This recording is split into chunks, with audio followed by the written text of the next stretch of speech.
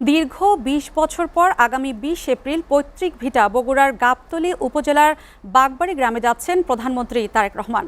তার আগমনকে কেন্দ্র করে স্থানীয় প্রশাসন ও এলাকাবাসীর মধ্যে ব্যাপক উৎসাহ ও প্রস্তুতি চলছে। বিস্তারিত জানাতে বগুড়া থেকে সরাসরি যুক্ত হচ্ছেন সহকর্মী আরিফ রেহমান।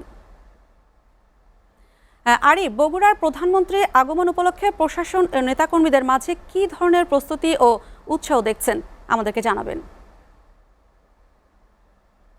আমি এখন দাঁড়িয়ে আছি বগুড়া শহরের সবচেয়ে ব্যস্ততম সড়ক শেরপুর রোড এলাকায়।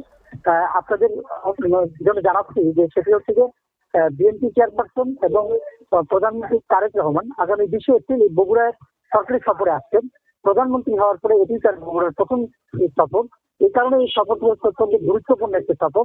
এই সফরে মূলত তারেক রহমান বগুড়ার অনেকগুলো উন্নয়ন প্রকল্পের উদ্বোধন করবেন, বিশেষ করে বগুড়া সিটি কর্পোরেশনের উদ্বোধন, এরপরে বগুড়া জেলা আদালতের একটি কার্যক্রমের উদ্বোধন করবেন। এছাড়াও প্রধানমন্ত্রী তারেক রহমান তার পৈতৃক ভিটা, তার বাবা জিয়াউর রহমানের যে পৈতৃক ভিটা বগুড়ার গাবতলী বাগবাড়ি এলাকায় যাবেন, জিয়াবাড়ি যে নামে পরিচিত সেই এলাকায় যাবেন। সেখানে তিনি একটা খাল খননের উদ্বোধন করবেন এবং ফ্যামিলি কার্ড কর্মসূচির উদ্বোধন করবেন। এছাড়াও বগুড়ার আরো বেশ কিছু উন্নয়ন প্রকল্প আছে, সেই প্রকল্পগুলি তারেক রহমান উদ্বোধন করবেন ২০ তারিখ।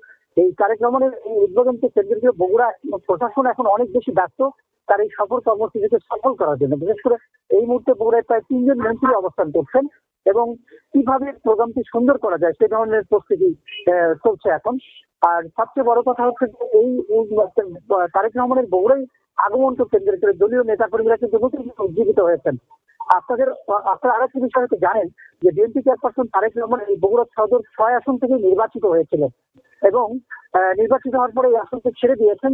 তারপরেও এই আসনের মূলত এই অঞ্চলের মানুষ হিসেবে, এই জনপদের প্রতিনিধি হিসেবে তাকে কিন্তু মানুষ সম্পূর্ণ আলাদাভাবে দেখেন এবং নেতাকর্মীদের মধ্যে একটা উৎসাহ এবং সাথে রব চলতেছে। তারা কিভাবে কর্মসূচিগুলো সফল করবেন এবং কিভাবে এই কর্মসূচিগুলোতে অংশগ্রহণ করবেন সে ধরনের একটি প্রস্তুতি চলছে। আর সাথে সাথে তার নিরাপত্তা নিয়ে প্রশাসনের পক্ষ থেকে একটা কঠোর ব্যবস্থা নেওয়া হয়েছে, কয়েক স্তরের নিরাপত্তা ব্যবস্থা এখানে নেওয়া হচ্ছে।